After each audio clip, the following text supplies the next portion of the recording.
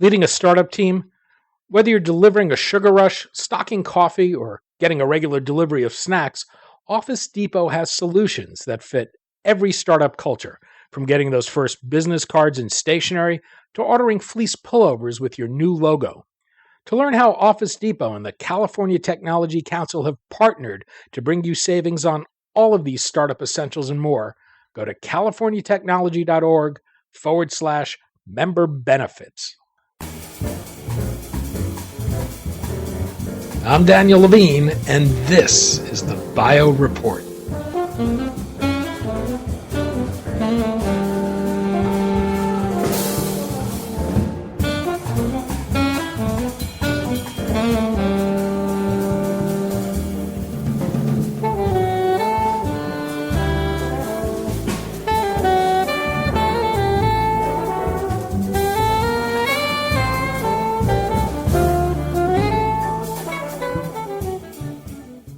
As pricing pressures grow on the pharmaceutical industry, a recent article in Invivo argues that drug makers must look to a variety of new pricing models built around collaborations with payers and providers. Such an approach, the authors argue, would minimize conflicts between stakeholders, close the information gap about the real world value of new drugs, and allow for a more evidence based approach to pricing. We spoke to Susan Garfield, a principal in EY's Life Science Advisory Services practice and co author of the Invivo article, about the need for new approaches to pricing, why the existing unit price approach is too one dimensional, and what's at stake for the industry if it fails to innovate new models.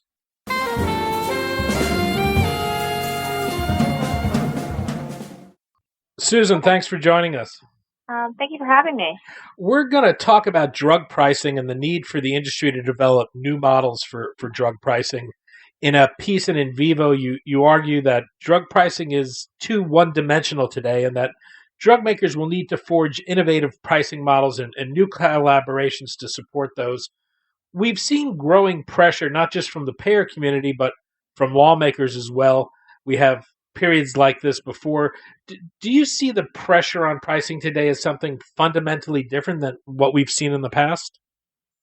Yeah, I think it is. I think today we have many different stakeholders converging around the issue of drug pricing, and that's creating pressure from all sides. So it's not just a political hot button issue. It's not just being in the press because of Turing and Valiant. It's not just coming to bear because of the aging population and the increasing pressures on Medicare.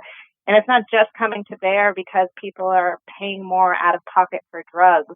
It's all of these things interacting and creating an environment where not one actor in the healthcare system can fix this problem on its own. I think people are increasingly understanding that collaboration is needed, flexibility, new models to meet the changing healthcare needs of the future. Well, perhaps you can demystify for our listeners how drug companies price their products today.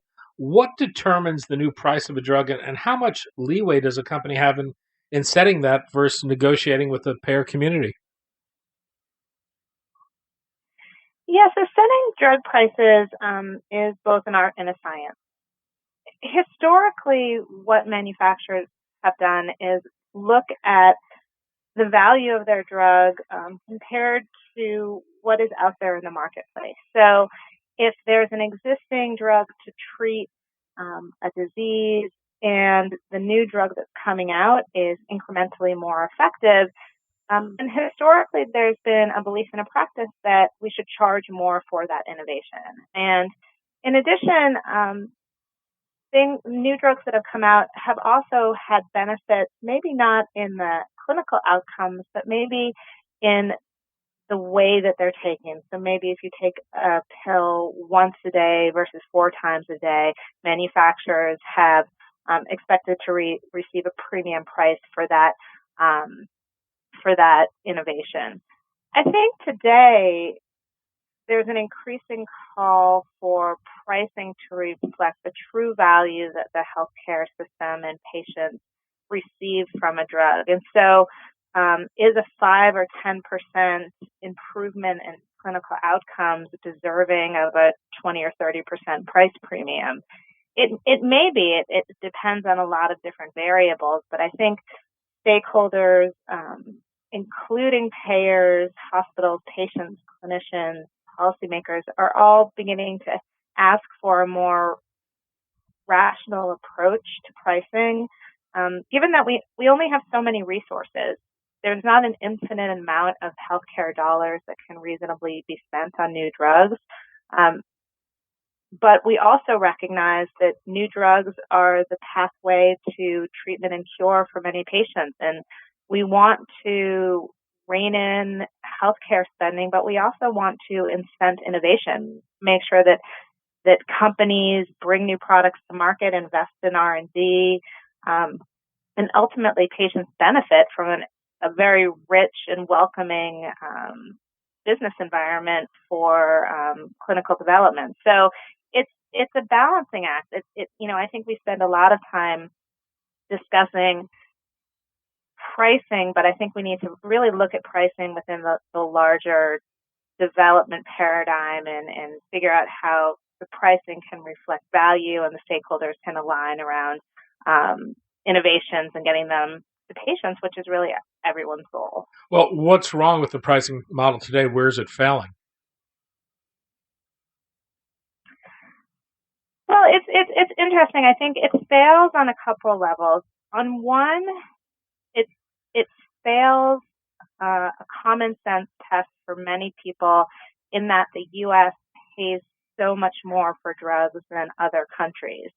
And so there's a feeling of imbalance that I think stalks a little bit of the political fire on this issue. So that's one thing. I think the other thing is that historically the U.S. is a free pricing market, and by that I mean that the manufacturer can set the price at whatever they want to set the price at, and then they negotiate with payers for access to their drugs. So they're not negotiating what the price should be per se. They're negotiating where and how the payer will provide access to the drug, either from a formulary status perspective.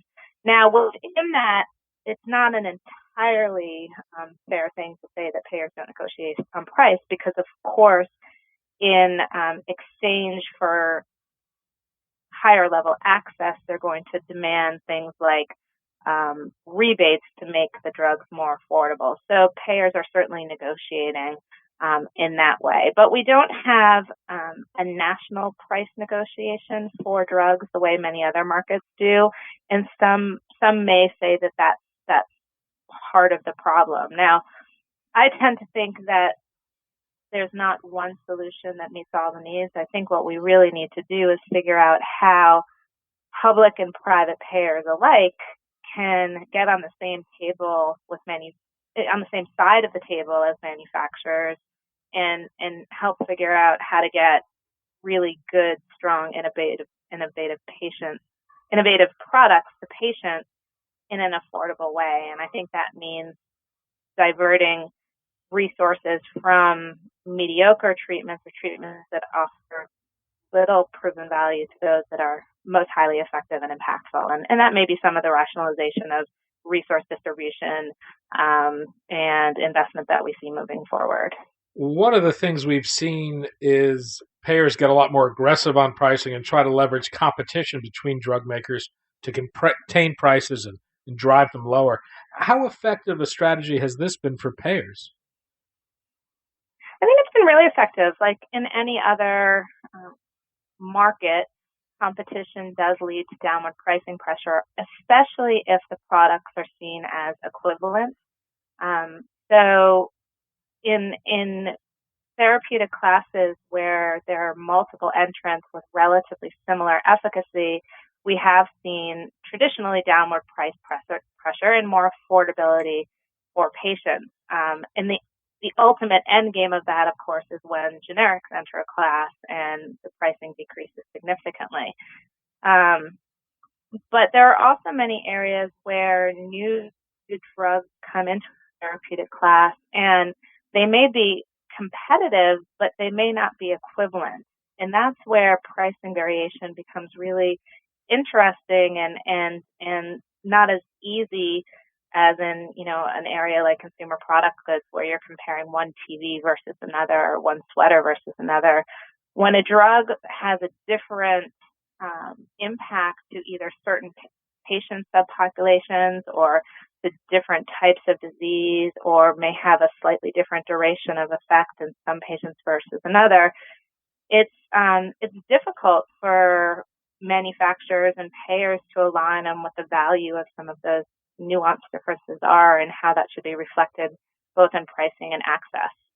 So in some competitive therapeutic areas, payers will give equal access to drugs and let clinicians decide, and in others, they'll prefer the less expensive drug and make patients step through that, fail the less expensive drug before gaining access to expensive drugs. So there's several ways to control access given some of the pricing variables as well. We do talk about moving towards paying for value, but value can be in the eye of the beholder. And from a payer's point of view, value can be uncertain for a new drug that hasn't been used by patients in real-world settings.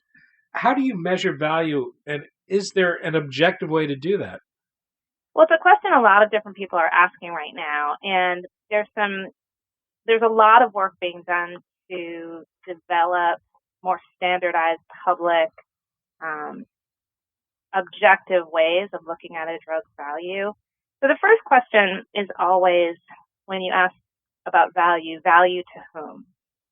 So there may be value to a if a drug decreases cost, but if it may have a different value to a patient if it decreases cost but increases side effects. So the value equation is complex. When we look at value in healthcare, we always look at comparative value, both clinical and economic. And on the clinical side, you could look at outcomes, you could look at patient experience, you could look at ease of use. There's many different dimensions of clinical and quality of life dimensions that impact value on that side.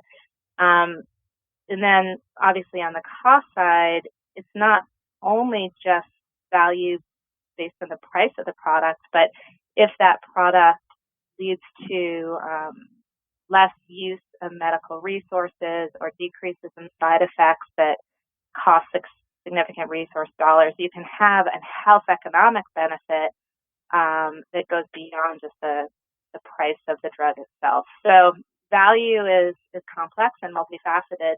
And as a result, there's many different ways to look at it. And different stakeholder groups have developed different paradigms like others to help folks have objective ways to measure value and look at drugs across different therapeutic areas. And the final thing I'll mention on value assessment is that the way we want to ultimately think about value is, if we have limited healthcare dollars, what's the best way to use them to improve the overall health of the population?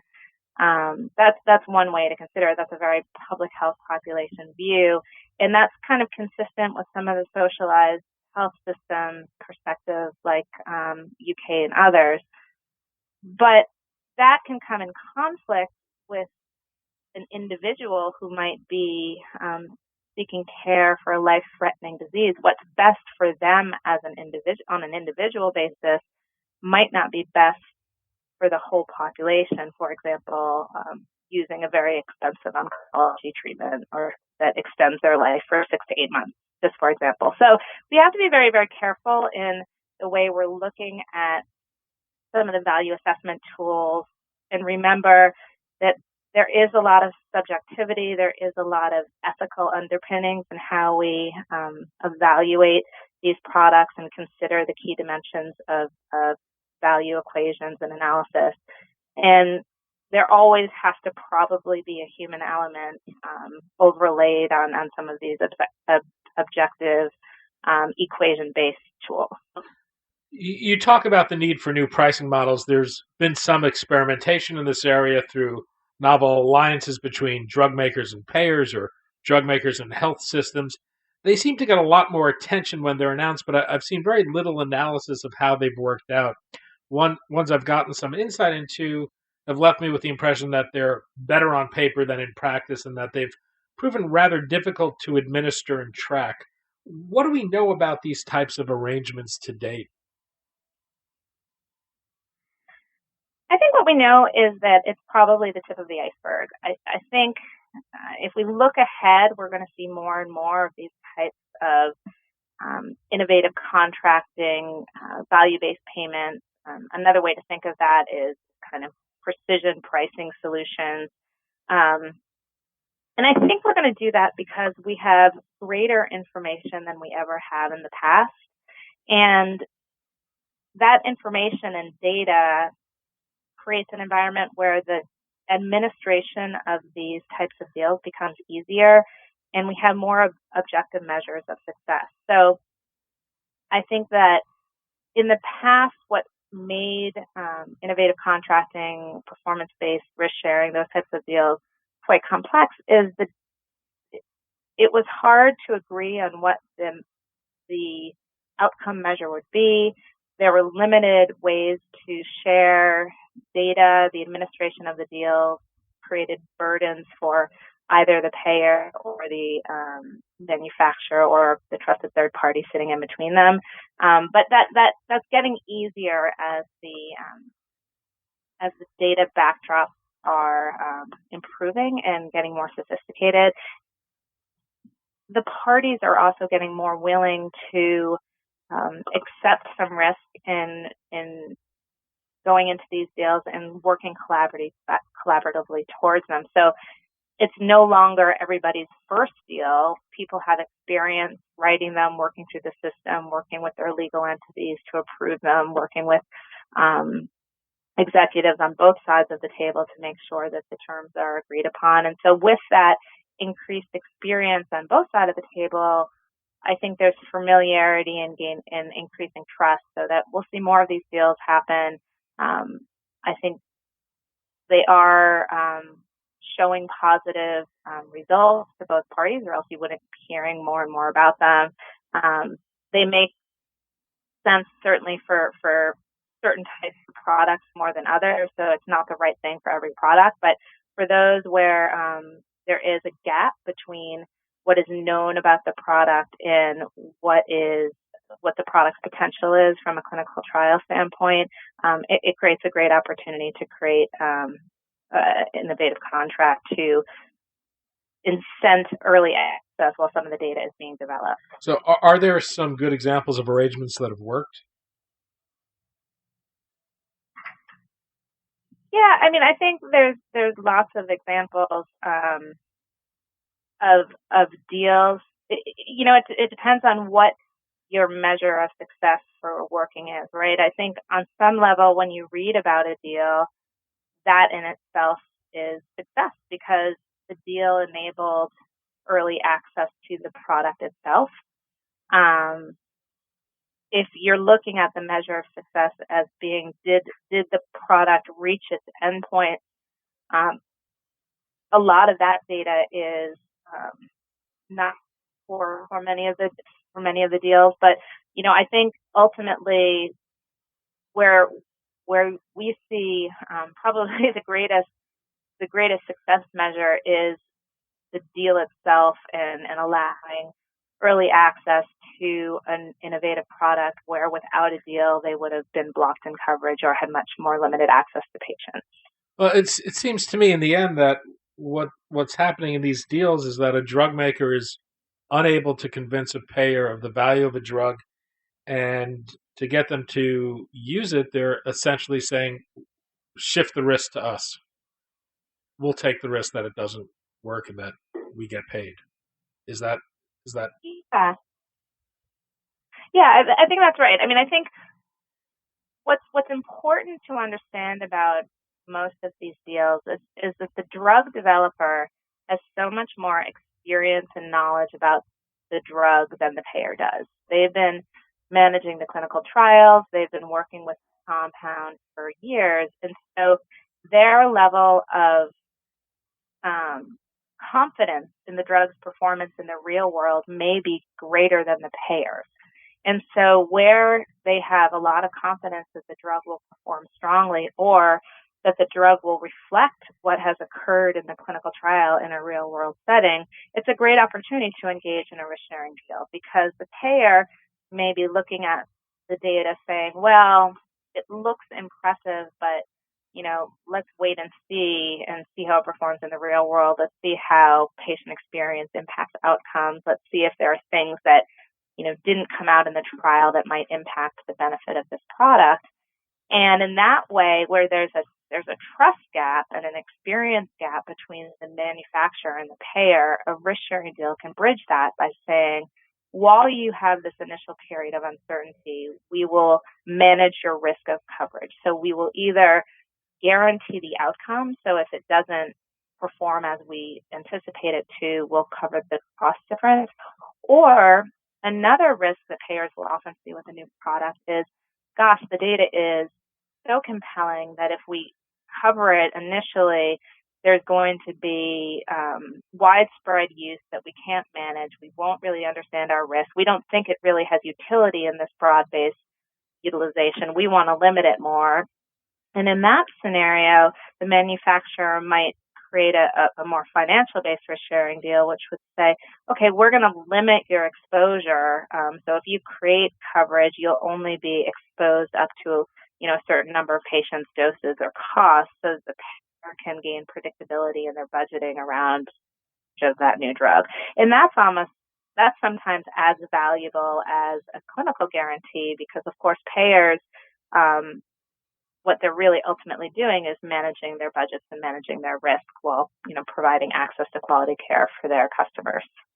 One area that seems to really be forcing people to rethink payment models is the emergence of potentially curative therapies like gene therapies.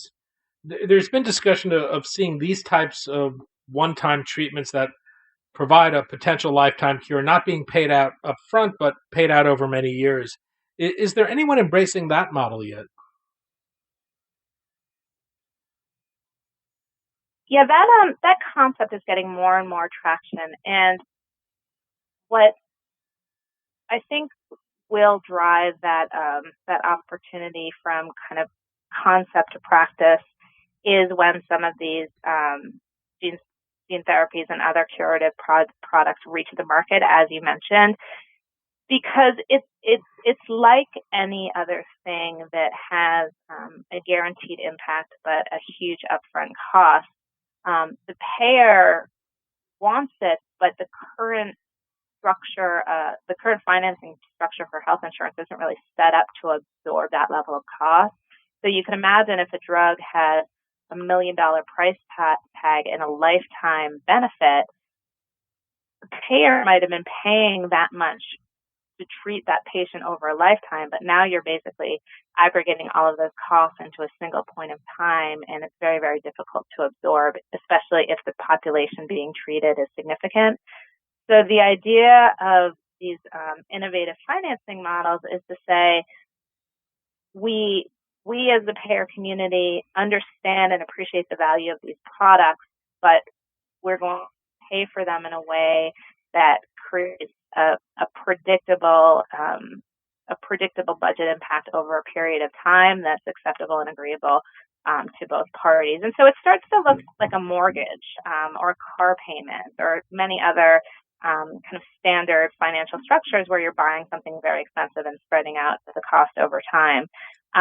Now, the question with some of these models is they seem to make sense from a lot of different parties, but the question will be, who's going to accept the financing risk of those agreements? Is it going to be the payers themselves? Is there going to be, are the banks going to get involved? Are there going to be third-party financing structures helping to assure some of these deals? Because again, it becomes a very different payment model than what's currently being done. But there's a lot of excitement around these types of innovations, and whether it's kind of that annuity or mortgage-like payment, whether it's some shared risk models.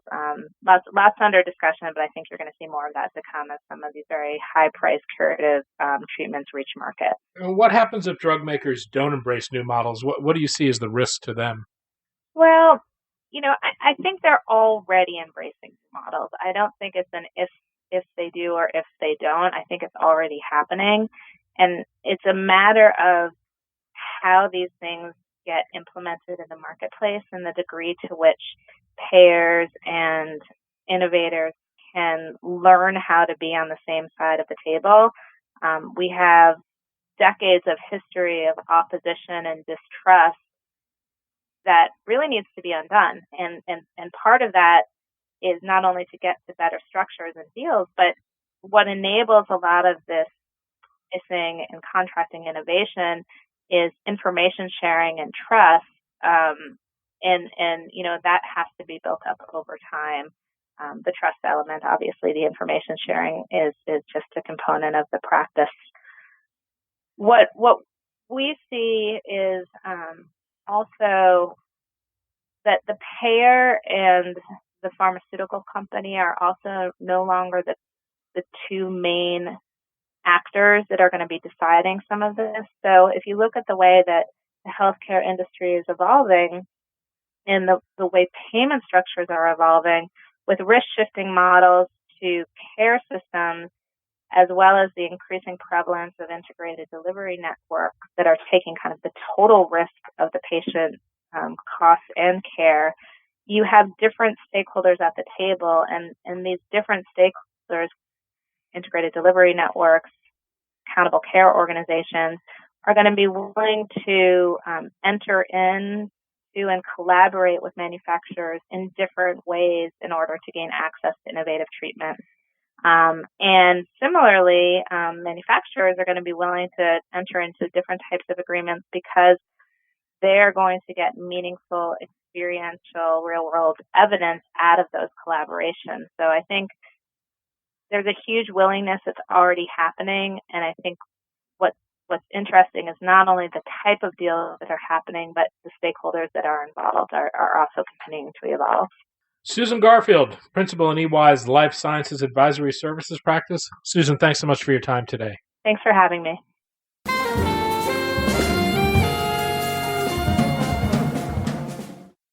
Thanks for listening. The Bio Report is a production of the Levine Media Group. To automatically download this podcast each week, subscribe to our RSS feed or through iTunes or other podcast manager. To join our mailing list, go to levinemediagroup.com. We'd love to hear from you. If you want to drop us a line or are interested in sponsoring this podcast, send an email to danny@levinemediagroup.com. Special thanks to Jonah Levine, who composed our theme music, and the Jonah Levine Collective, which performs it.